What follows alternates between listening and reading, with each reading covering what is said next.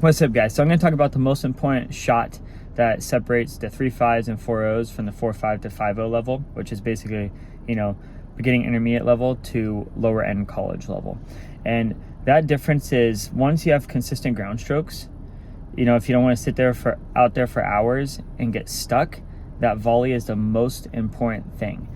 So if you think about it, even for us mortals that aren't professional players, we can't rip the ball 2 feet from someone for a winner. We just don't have that type of firepower. So we have to work out the point more and come in to put it away. So it makes sense too, because the closer you are to the net, what do you have? You have more angles and you take away time from your opponent. So you have to have that volley game in order to increase your level, okay? So I have videos of Edberg and Takao that I'm gonna teach off of today. And the big thing is, on the first volley, we want to make contact around the service line area, okay? So if you make contact after you attack, whether you're coming in and serve and volley, or you're on a baseline, you're rallying, and finally you get that short ball, it doesn't have to be a blast, okay? Blast meaning a crank shot. You just have to place it well. And then you're going to get a volley around the service line area. Now, from the service line area, you cannot go for short angles. That's the biggest mistake I see from rec players, that they go for drop volleys or something crazy like that, okay? So when you see the pros hit these great drop volley shots, what's occurring? Well, what's occurring is they got a great ball hit on them, and then their just natural reactions cause them to slice it, when it's low at the feet, and just make this amazing, miraculous shot. Very rarely, I want you to count next time you watch a tennis match, do you see someone get a volley up here and then drop it really short, like crazy? It's usually a trick shot, usually up in a score when it matters. And especially when you watch these great serving volleyers from the past, you just don't see it that often, okay? It just doesn't happen. But when you watch McEnroe and all those guys, are in trouble when they hit that nice touch shot, because it's the only option for them to hit. So when you're playing a lower, I shouldn't say when you're playing a low level, but when you're playing your 4.0, 3.5 match, next time you hit them a volley, ask yourself, from my last video, was it an accidental short volley, or did they intentionally hit it short? Most of the time, it's going to be accidental. So I start moving forward, especially at that level. I'm looking for the short volley.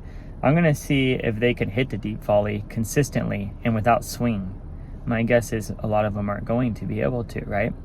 So as you're increasing your own game, when you get that volley from the service line, your first job is to push it deep.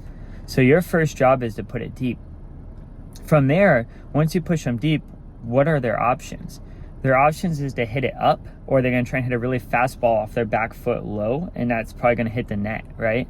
It's a low percentage shot. As opposed to, if you hit it short, the only time you should hit a volley short is if you know they're not going to get to it, or they're barely going to get to it, so you can just pop it up and put it away on the other side. Otherwise, if they get to it, you're in huge trouble, right? From there, if someone's coming up, I call it dodgeball. If you hit the ball short and they're coming towards you and you're at the net, you better be backing up, right? You better be back on the baseline before they even touch the next ball, and that takes a lot of speed.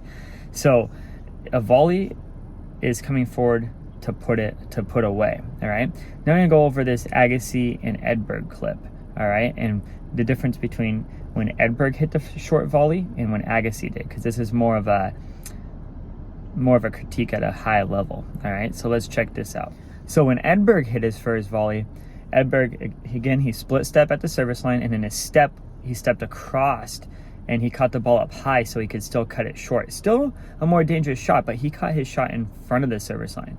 Now, when you watch Agassi here, Agassi stepped with his outside leg, so that's an emergency shot. And at that time, you have to go down the line. It's really hard to hit across your body on your outside leg, his right leg. So, and he was caught a little bit behind the service line. And that makes a big difference when you're going for that short angle. Usually, most of the time when you're watching these clips, where's Edberg and Takao when they finish? Super close to the net with the short angle. Chance ball. Body. いい形です。